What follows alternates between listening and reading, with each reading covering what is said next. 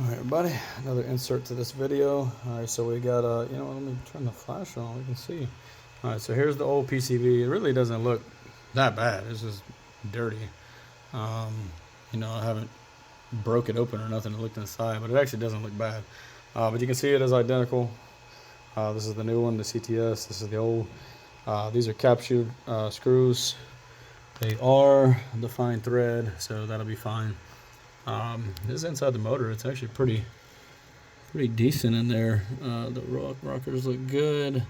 I always use full synthetic oil, and I use it constantly. I do not change the oil 10,000 miles.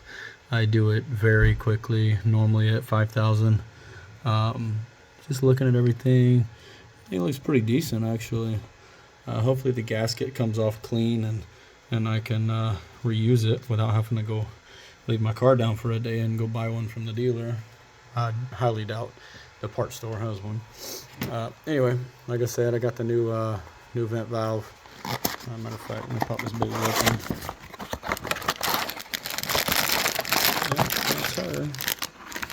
No O-rings in there.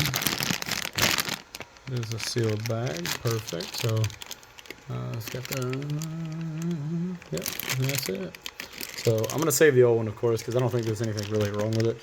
But I like new stuff, and I like putting new stuff on with new stuff. So, yeah, I'll put this new baby on too. But, yeah, it was pretty smooth. I did have to take the coil packs off. They were definitely locking down.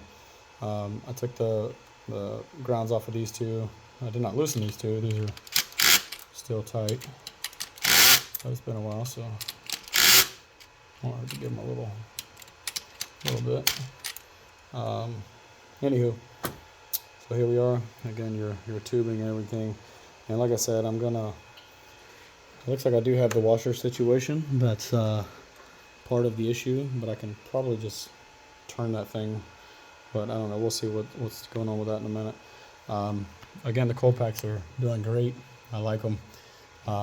They came out really easily, so no problems there. No oil in the plugs. Used to Hondas, always had that problem. So let's see.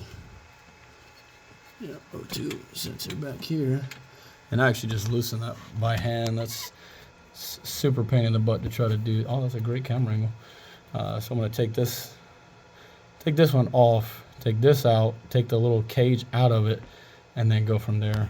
But this baby, you can see it's a factory cap, but there ain't nothing in there. I don't know what that little oil down there is, but overall, so I did replace this little plastic tube with the aluminum one. Where are we at? Yeah, right here with the aluminum one from CTS. And holy crap, when I took it out, it literally was broken in half already, and the lower part of it was actually stuck down in the coolant flow. So thank God it didn't, shred and go into the water pump, because that would have sucked. But I did upgrade it. I'm definitely going to put that on the Atlas too. It's hard to see, it's a little dirty, but that is the aluminum one.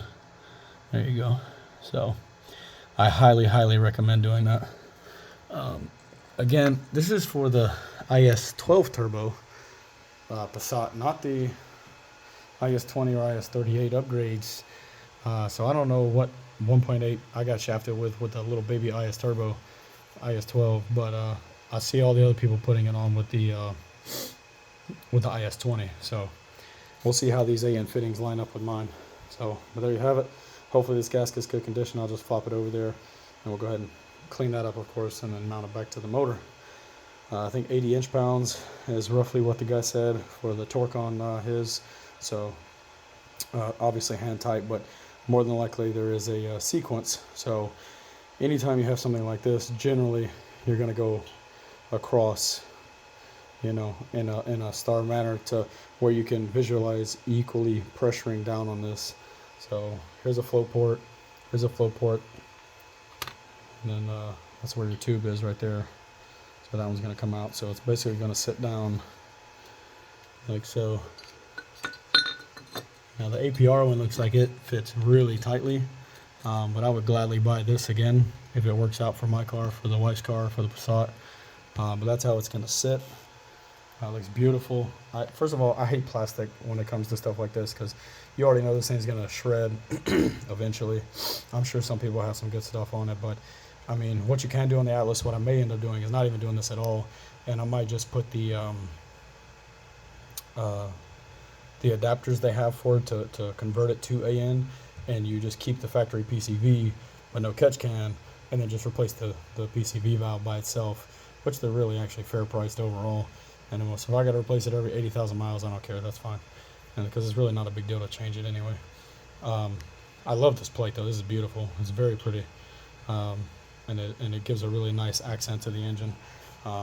Obviously, I'm going to put the cover back on, so you're not going to see it. But knowing that that's there and it's clean, and you can see how this is going to connect. So this is going to be here, so it's spaced about like yay.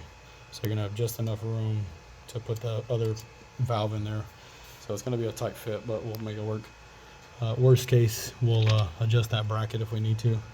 I'm all for modifying things. So hopefully CTS doesn't have the issue that APR does, and hopefully this doesn't leak around here. I'm not even going to bother.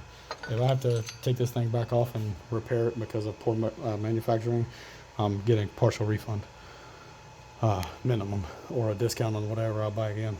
So that's her. We get that cleaned up and we'll get this baby going together. Cheers.